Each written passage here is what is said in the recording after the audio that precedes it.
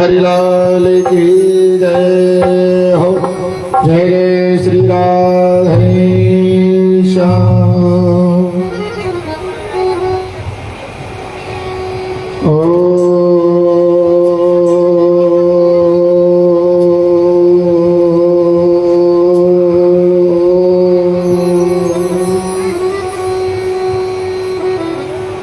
श्रीमन महागणाधिपतये नमः।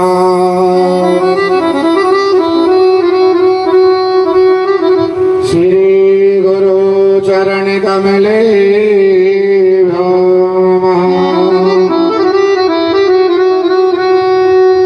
श्री राधा कृष्ण चरण कमले नमः। श्री उमा महेश्वराभ्यां नमः। श्री मातु चरण कमले नमः। श्री सरस्वत्यै नमः। गजाननं भूतिगणाधिसेवितं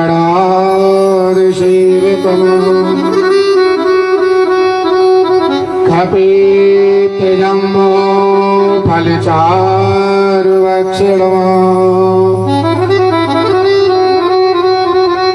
उमासुतं शोकविनाशकारकम् नमामि विघ्नेश्वरपादपङ्कजम्। गुरुर्ब्रह्मा गुरुर्विष्णु गुरुर्देवो महेश्वरः गुरुर्साक्षात् परब्रह्म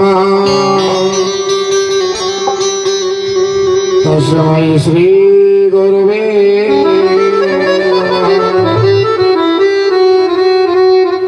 कृष्णाय वासुदेवाय हरये परमात्मने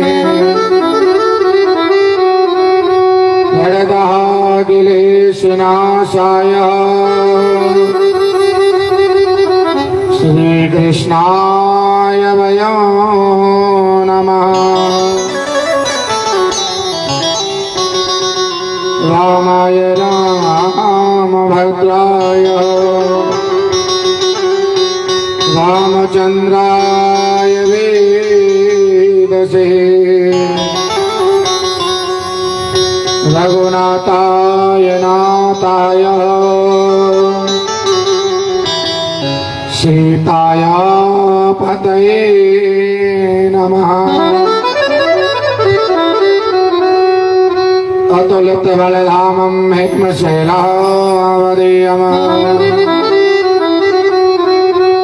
धनुज बलकृशानं ज्ञानिनामाग्रिगण्यम् सकल गुण निधानं वाणिराडामधीशम् रघुपति प्रिय भक्तं आतिजातं नमामि। बोलिए वाले कृष्ण लाल की जय। जय जय श्री राधे श्याम। परम मंगलमय परात्र अखिलेश्वर अकारण करना वंडालय भक्त वांछा कल्पतरु तड़ंगड़ पीतांबरधारी श्री बालकृष्ण लाल की वांगमय प्रतिमूर्ति श्री राधा माधव लाल की वांगमय प्रतिमूर्ति श्रीमद् भागवत महापुराण जिसका कि आज सप्तम दिवस में प्रवेश करने से पहले आप अपने मन को ऐसे पावन स्थान पर लेकर के चले, ऐसे सुंदर स्थान पर लेकर के चले जहाँ पर श्री यमुना महारानी बह रही है। पशु पक्षियों का कलरव सुनाई दे रहा है। हर प्राणी के मुख से श्री राधा श्री राधा नाम सुनाई दे रहा है। आप अपने मन को ऐसे पावन स्थान पर लेकर के चले और सप्तम दिवस की कथा में प्रवेश करने से पहले 2 मिनट भगवान नाम का संकीर्तन करते ही, श्री राधा नाम का संकीर्तन करते ही सप्तम दिवस की कथा में प्रवेश करते हैं। तो सभी भक्तगण ताली बजाते हैं, भगवान नाम का संकीर्तन करते हैं, सप्तम दिवस की कथा में प्रवेश करते हैं। बोलिए बांके बिहारी लाल की जय हो। जय जय श्री राधे श्याम।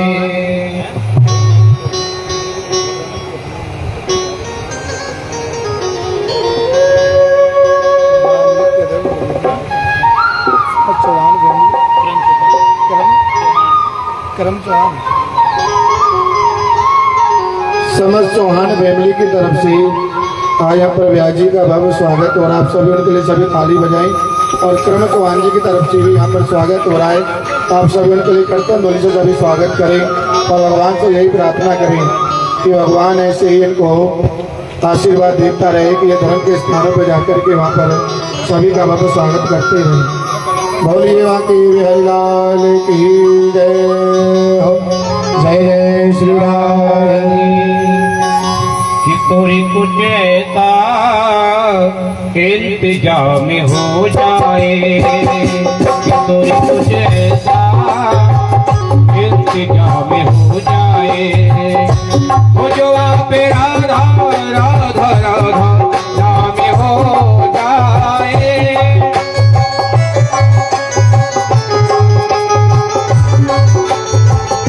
कि तोरी कुछ ऐसा इंतजाम हो जाए,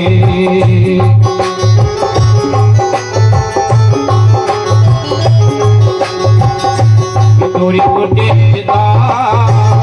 इंतजाम हो जाए। सभी तालियां।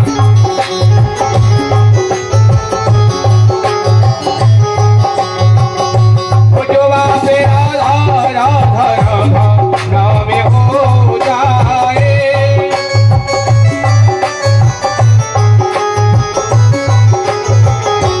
थोड़ी कुछ इंतजाम हो जाए।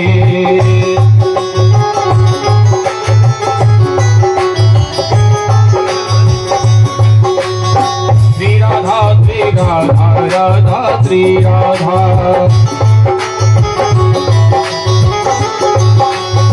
श्री राधा श्री राधा राधा श्री राधा।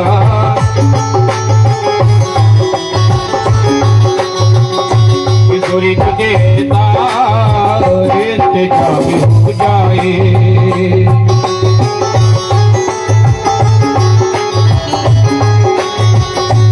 जो आप राधा राधा राधा नाम हो जाए, जो आप राधा राधा राधा नाम हो जाए।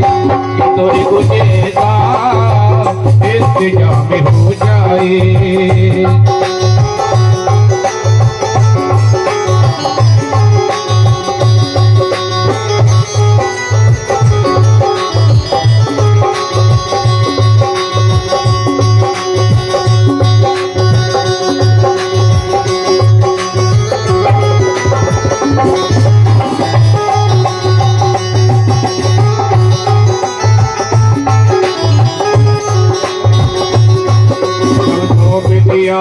जीवन का हर हाल तुम्हारे हाथों में, ये जीत तुम्हारे हाथों में, ये हार तुम्हारे हाथों में। ओ जो बाप राधा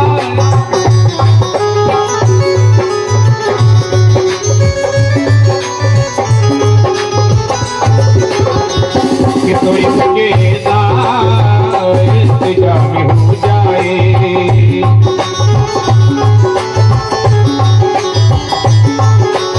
आप थोड़ी मुझे इंतजाम हो जाए, कि थोड़ी मुझे इंतजाम हो। रानी सरकार की जय हो। जय जय श्री राधे श्याम।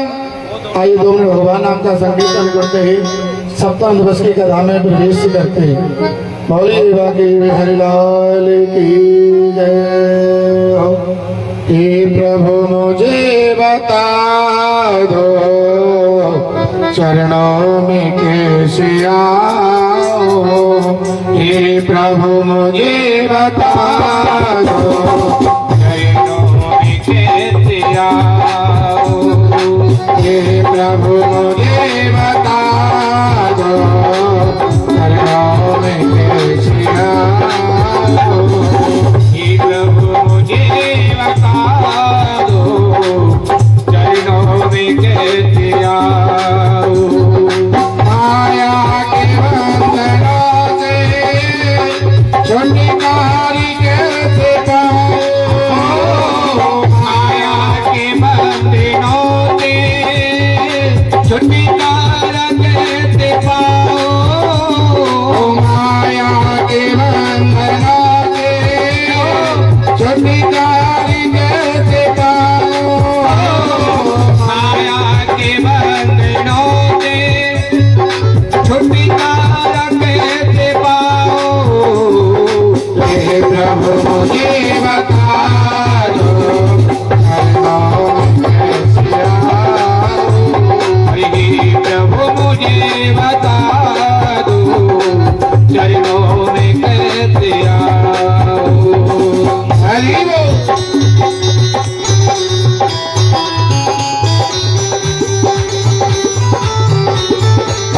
अब ताली सेवा करते हुए श्री राधे हरि बोल।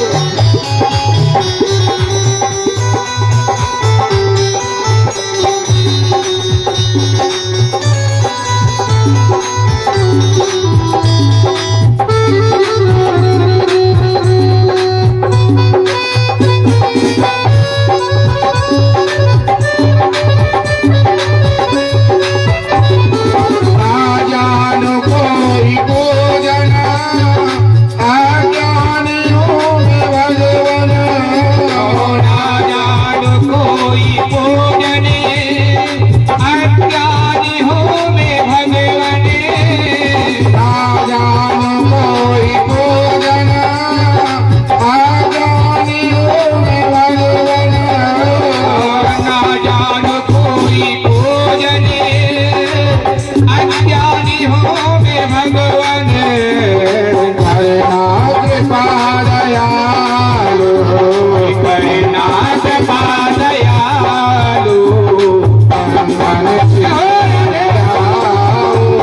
करना कृपा दयालु बंधन से छूट जाओ। हे प्रभु मुझे बता दे चरणों में कैसे आओ।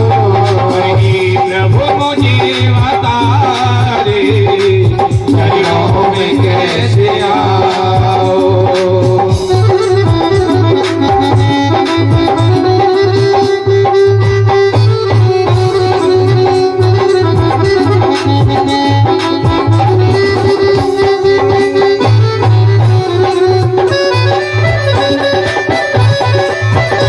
श्री राधे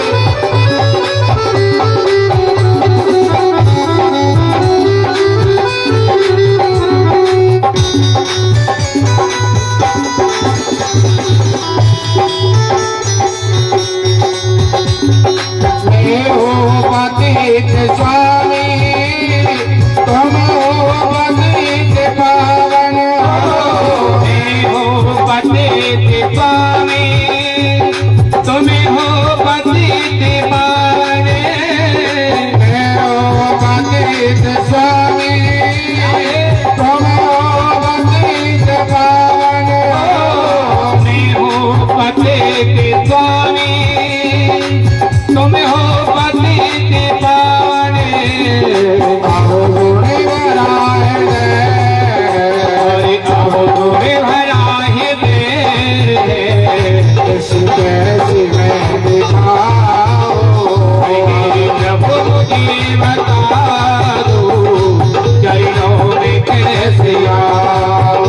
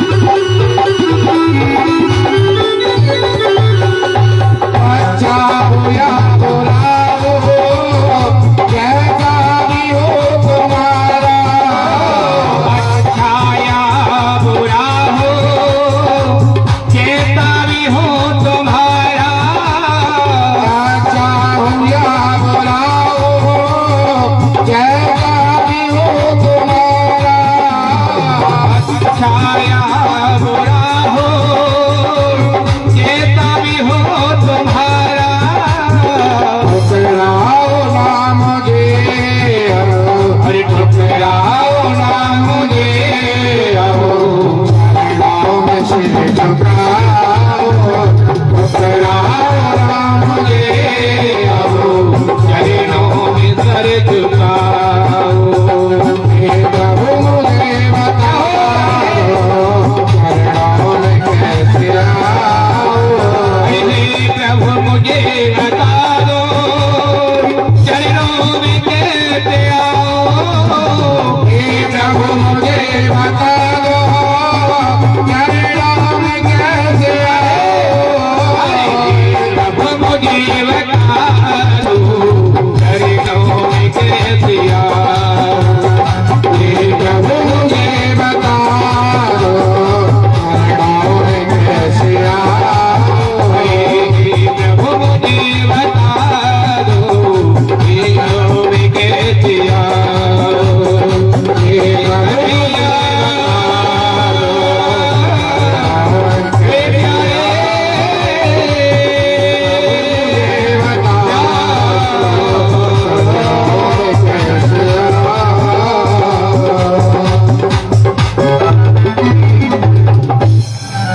जय जय श्री राधा रमण जय जय नवल किशोर जय गोपी चित चोर प्रभु जय जय माखन चोर भोले भाले कृष्ण लाल की जय हो। जय जय श्री राधे श्याम। कल की कथा में अपने श्रवण किया जो सभी ब्रजवासी गिरिराज महाराज की तलेटी में जाकर के उन्होंने यहाँ पर गिरिराज महाराज का भोजन किया और गिरिराज महाराज ने अपनी सहस्त्र भुजाओं को पसार करके इन ब्रजवासियों से मांग मांग करके खाया है। उसके बाद आपने श्रवण किया कि भगवान ने यमुना किनारे पर सभी गोपियों के साथ में महाराज लीला की है, जिस महाराज में भोले बाबा भी पधारे। भोले बाबा ने गोपी का वेश धारण करके आज मेरे गोविंद के साथ में महाराज से किया। तो यहाँ पर एक भोले बाबा का नाम पड़ गया श्री गोपेश्वर महादेव। बोलिए गोपेश्वर महादेव की जय। उसके बाद आपने श्रवण किया कि जो अक्रूर है वह कृष्ण बलराम को लेने उस वृंदावन में आया।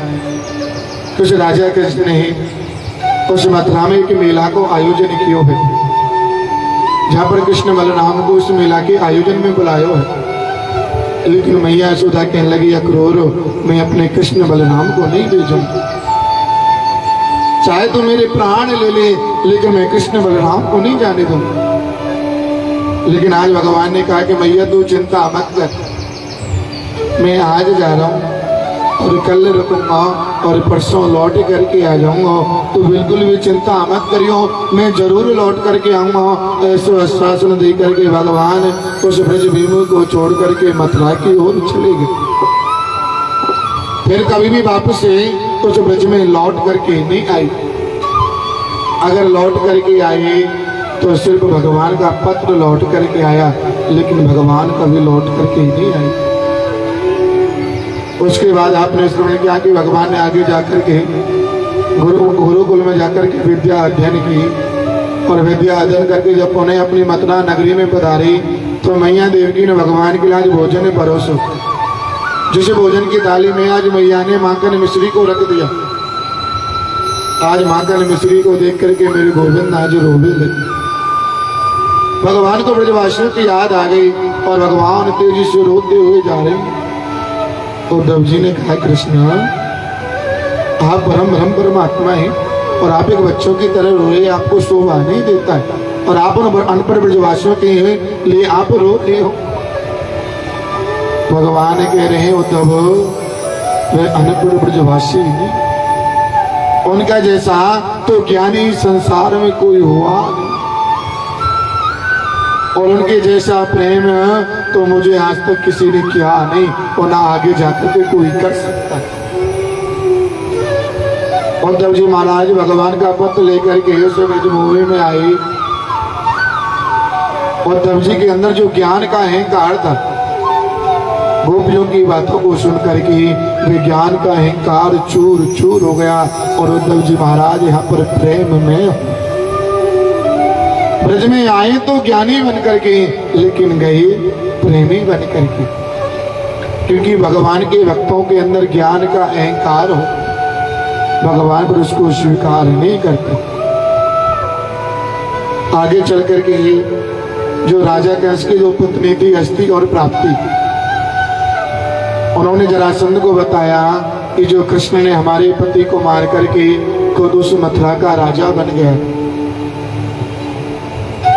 तो यहाँ पर जरासंध ने 17 बार उस मथुरा पर चढ़ाई की और भगवान ने 17 बार जरासंध को हरा दिया।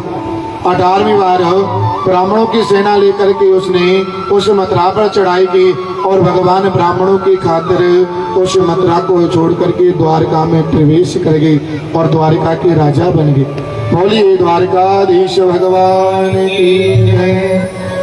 और अंत में आपने श्रवण किया कि भगवान द्वारका नाथ उस कुंदनपुर में से मैया रुक्मणी को अपने रथ में बिठायो और रथ में बिठा करके अपने राज्य महल में लेकर के आ गए। भगवान ने रुक्मणी मैया के साथ में ऐसे विवाह नहीं किया, पहले मुहूर्त निकलवाया, तब जाकर के रुक्मणी मैया के साथ में विवाह किया। चाहे अपने घर में कोई हवन करें, चाहे पाठ करें, चाहे कुछ भी करें, उसका पहले मुहूर्त निकलवाना चाहिए, तभी उस कार्य को करना चाहिए। सभी द्वारका वासियों बड़ी धूमधाम से भगवान के विवाह उत्सव को मनाया। लेकिन ऐसा कहते हैं ना, जिस घर में ज्यादा खुशी होती है ना, उसको नजर लग जाती है। और यहाँ पर जो नजर लगाने का काम जो कर रहा है वह शंबरासुर नाम का दैत्य है, जो कि भगवान से ईर्ष्या करता है। भगवान की उससे कोई लड़ाई नहीं है, भगवान का उससे कोई बैर नहीं है, लेकिन वह भगवान की तरक्की को देख करके भगवान से जलन महसूस करता है। ऐसा ही नहीं है कि अगर आपकी किसी से लड़ाई होगी तभी आपके अनेक दुश्मन बनेंगे, आपकी तरक्की को देखकर भी आपके अनेक दुश्मन प्रकट हो जाते हैं। न जाने कब कहां कैसे। इसलिए ये मत सोचिए किसी से लड़ेंगे तभी हमारे दुश्मन बनेंगे, बिना लड़ाई के भी आपके अनेक दुश्मन पैदा हो जाते हैं। ऐसे शंबरासुर नाम का दैत्य, इसने कसम खा ली है कि मैं भगवान के वंश को आगे बढ़ने नहीं दूंगा। जब 1 वर्ष बाद जब रुक्मणी मैया ने प्रथम संतान को जब जन्म दिया, तो भगवान सोच रहे हैं कि जब मेरा जन्म हुआ तो नंद बाबा यशोदा मैया ने 6 महीने तक बधाई गाई, तो मेरे छोरा हो तो मैं 2-4 महीने तो अपने बालक की भी बधाई गाऊं। तो यहाँ पर भगवान अपने बालक की बधाई उत्सव मना रहे हैं और पीछे जो शंबरासुर नाम का जो दैत्य है वह भगवान के बालक को पालने में से उठा करके ले गया और उस बालक को एक समुद्र में पटक दिया, जिस समुद्र में एक विशाल काय मछली रहती है। उस मछली ने इस बालक को निगल लिया।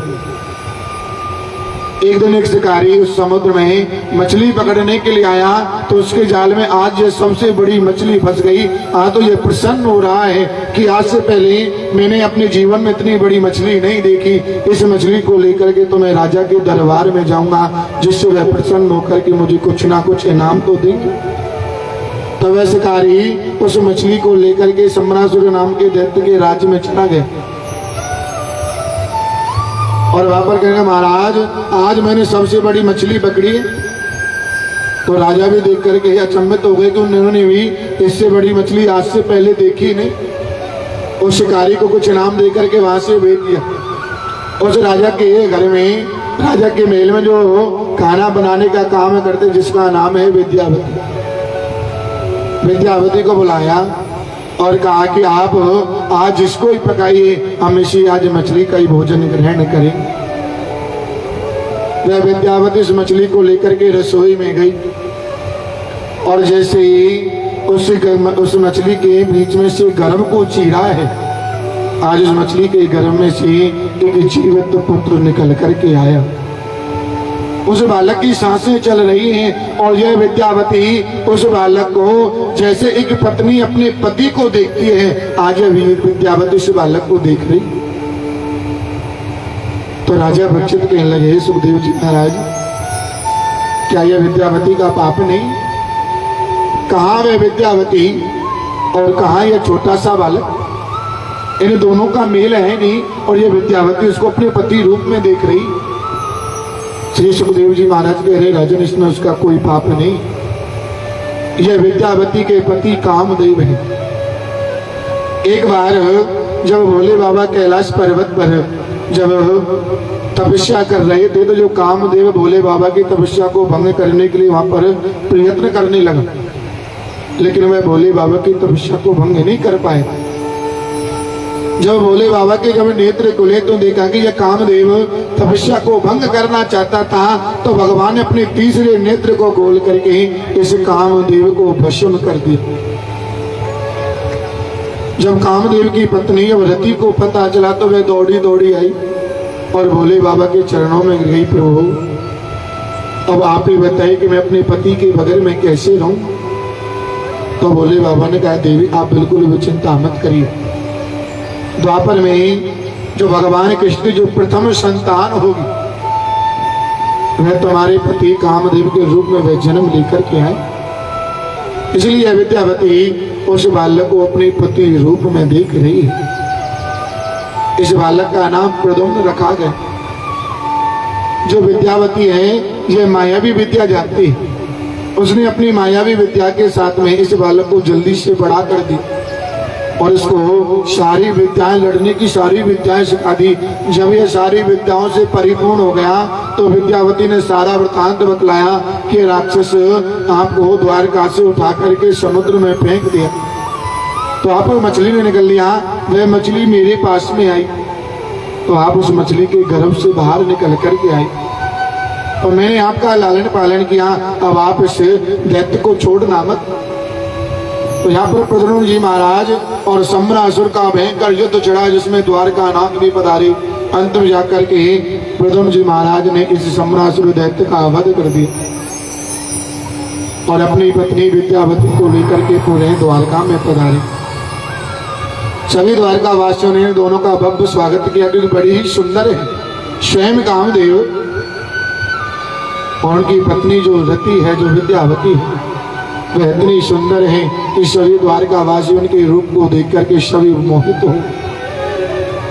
बड़ी विधि विधान के साथ में इन दोनों का यहाँ पर विवाह किया। अब श्री सुखदेव जी महाराज कह रहे, राजन अब मैं तुमको भगवान की जो विवाह की कथा है ना, उनको सुनाने के लिए जा रहा हूँ। सत्राजितो वन्या कृष्णाय कृतकिल्वसा सामन्तात् केन मरणा स्वयं मोदं विदत्वा। श्री सुखदेव जी महाराज के राजा ने एक सत्राजित नाम का राजा है, जो कि भगवान सूर्य नारायण की आराधना करता है। जब सूर्य नारायण भगवान की आराधना कर रहा तो सूर्य नारायण भगवान ने प्रसन्न होकर के उसको एक सामंतक मणि दी और कहा कि राजन अगर आप इस मणि की प्रतिदिन 10 घंटे पूजा करोगे तो यह मणि आपको प्रतिदिन 2 कुंटल सोना निकाल करके देगी। अब तो सत्राजित राजा बड़ा प्रसन्न हो गए, तो वह प्रतिदिन उसकी 10 घंटे पूजा करता है और वह मणि उसको 2 कुंटल सोना निकाल करके देती है।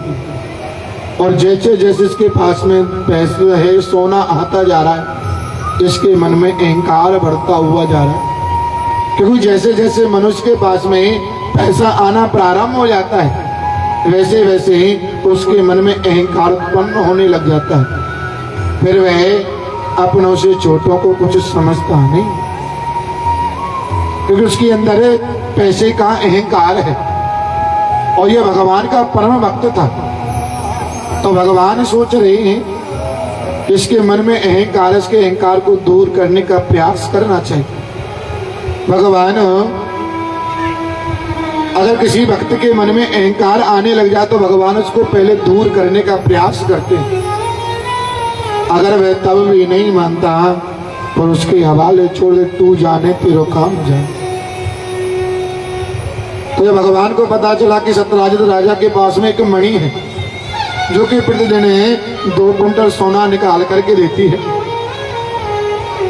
इसके मन में अहंकार उत्पन्न होने लगा कि जब मेरे पास में अधिक सोना हो जाएगा तो मैं द्वारका नाथ की तरह एक द्वारका बनाऊं और उसकी तरह एक द्वारका नाथ की तरह मैं बलवान राजा बन जाऊंगा, बराबर का राजा बन जाऊंगा।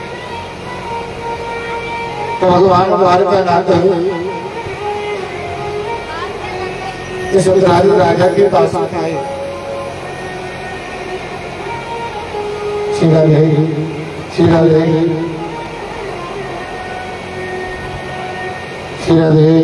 दे बोलिए वाकई हरिलाल की जय।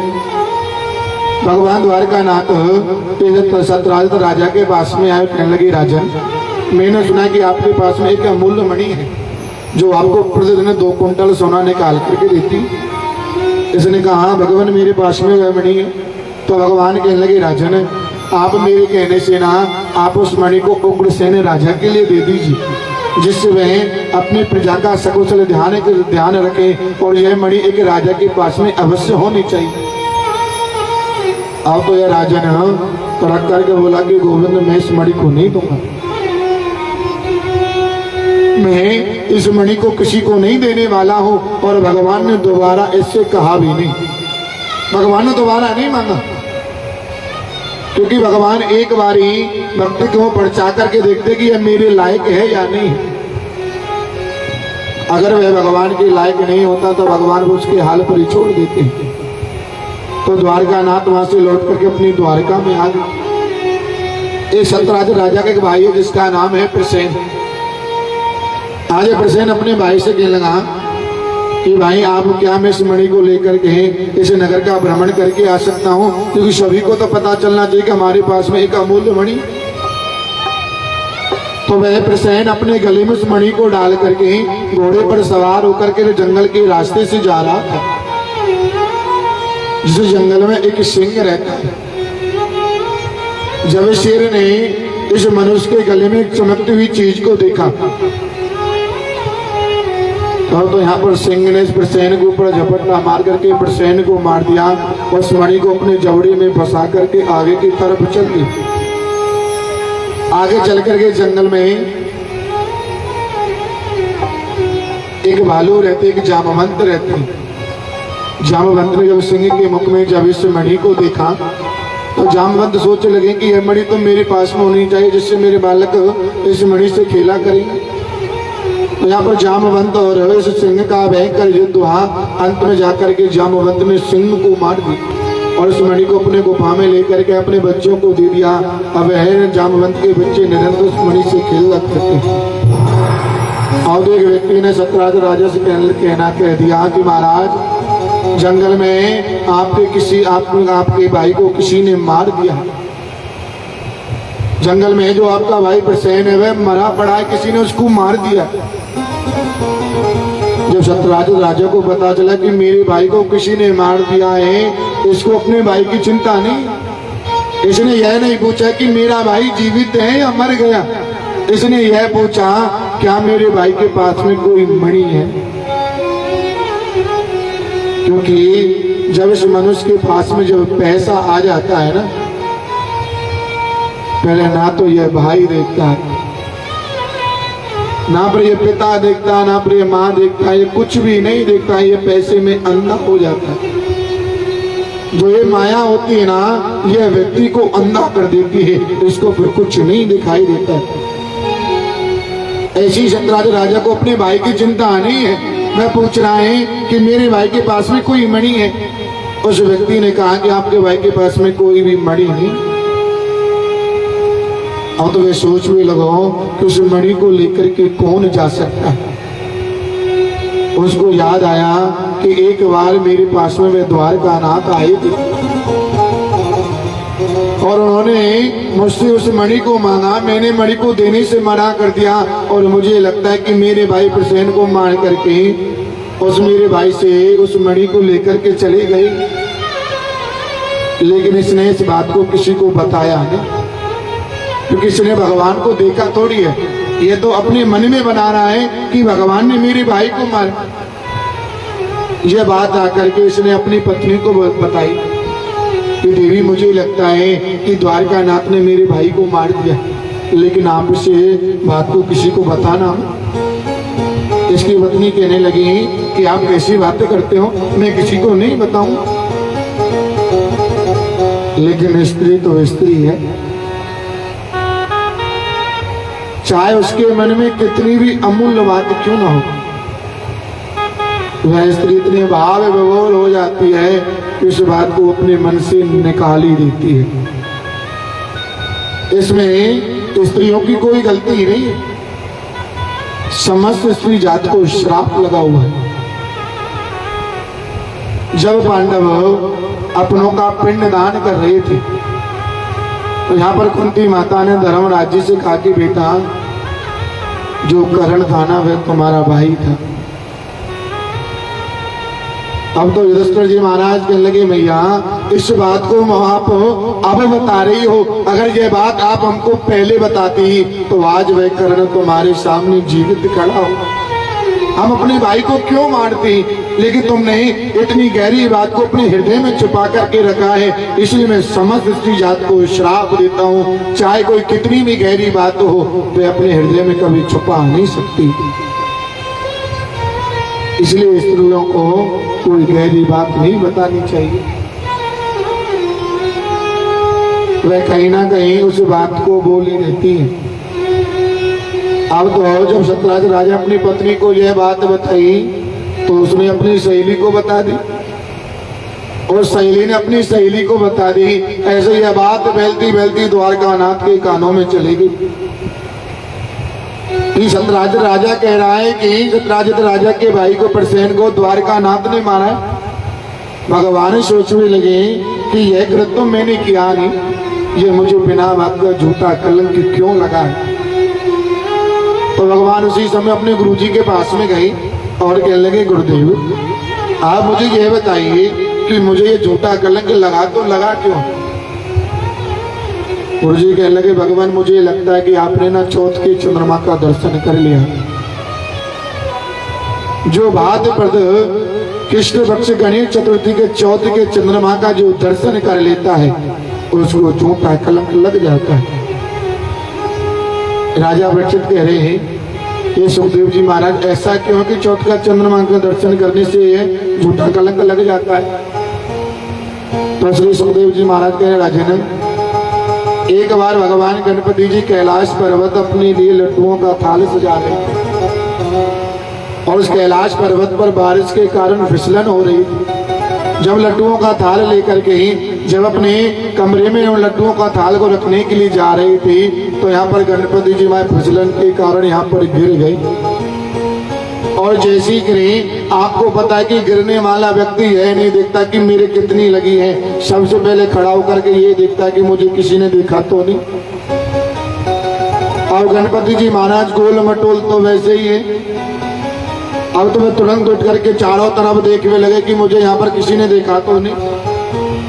उस कैलाश पर्वत पर तो किसी ने नहीं देखा, लेकिन जो आकाश में चंद्रमा था वह गणपति जी महाराज को देख करके हंस रहा था।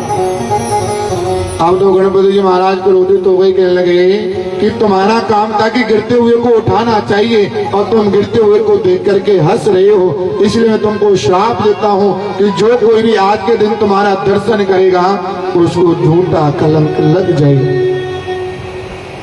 इसलिए चौथ के चंद्रमा का दर्शन नहीं करना चाहिए।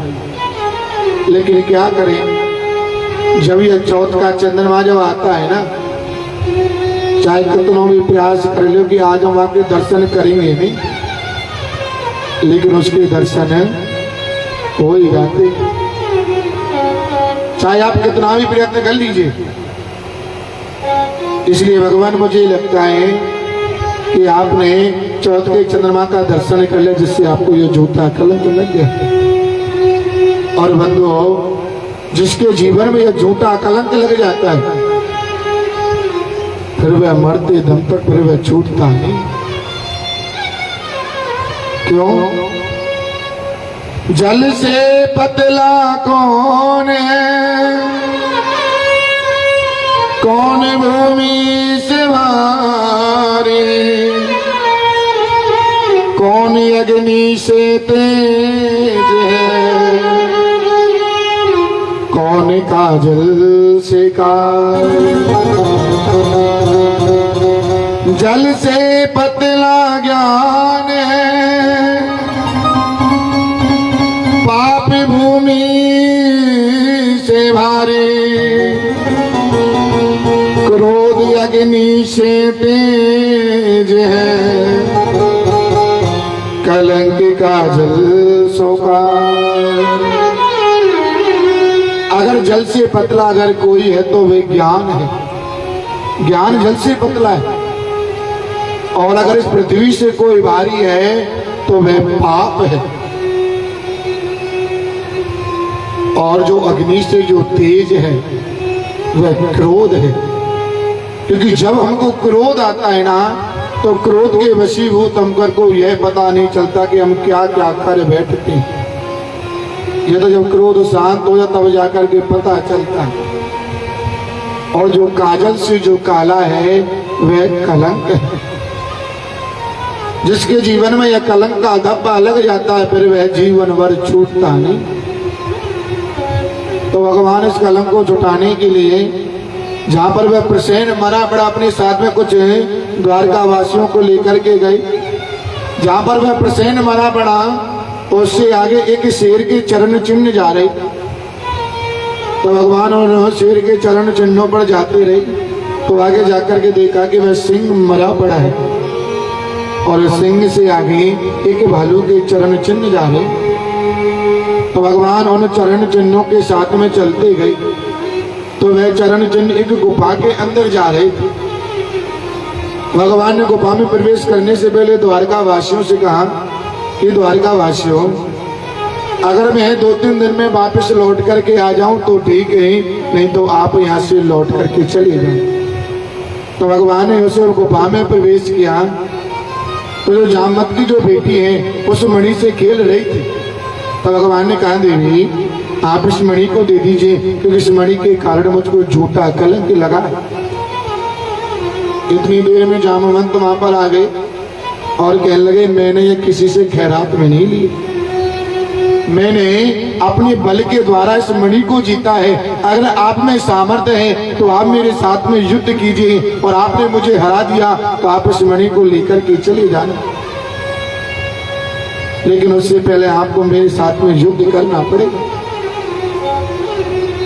तो यहाँ पर जामवंत और भगवान द्वारकानाथ का भयंकर युद्ध छिड़। जो युद्ध 28 दिन तक युद्ध लगातार उस गुफा में चलता रहा। और 28वें दिन भगवान से ही वह जामवंत जीतवे में आया।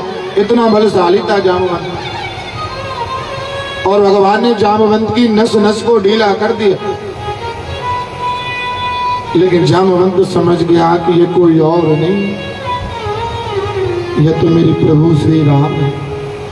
अगर कोई मुझे संसार में हरा सकता है तो मैं मेरे प्रभु श्री राम हरा सकते हैं, और मुझे संसार में कोई हराने वाला है नहीं। तो यहाँ पर राजा वृक्षित ने कहा, सुखदेव जी महाराज, यहाँ पर प्रभु श्री राम का नाम कैसे आया? तो श्री सुखदेव जी महाराज कह रहे, राजन, जब प्रभु श्री राम जब रावण को मारकर अवधपुर में जब वापस लौट करके आई तो भगवान वहां पर सभी को कुछ ना कुछ दे रहे थे। जिन्होंने उस युद्ध में अपने बल का पराक्रम दिखाया तो उसी के बलबूते पर उनको कुछ ना कुछ वहां पर दान दे रहे थे। जब हनुमान जी की बारी आई तो प्रभु श्री राम ने कहा, हनुमत आप कुछ मांगी। लेकिन हनुमान जी ने कहा कि प्रभु मुझको कुछ नहीं चाहिए, अगर आप मुझे देना ही चाहते हैं तो आप यही दीजिए कि मैं सदा निरंतर आपका नाम लेता रहूं। लेकिन माता सीता ने अपने गले में से एक मोतियों की माला उतार करके हनुमान जी को दे दी। जब हनुमान जी को जब मोतियों की माला दी तो आज तो हनुमान जी उन मोतियों की माला को अपने मुंह से तोड़ रहे। तो विभीषण ने कहा, हनुमान जी इतनी अमूल्य माला है और आप इसको मुंह से तोड़कर इस माला में आप क्या देख रहे हैं? तो हनुमान जी कह रहे, विभीषण जी मैं इन मोतियों की माला में ना अपने प्रभु श्री राम का नाम देख रहा हूँ, और जब इसमें मेरे प्रभु श्री राम का नाम नहीं तो यह माला मेरे किसी काम की नहीं, यह माला मेरे किसी काम की नहीं है। तो विभीषण ने कहा, अगर आप प्रभु श्री राम के इतने परम भक्त हैं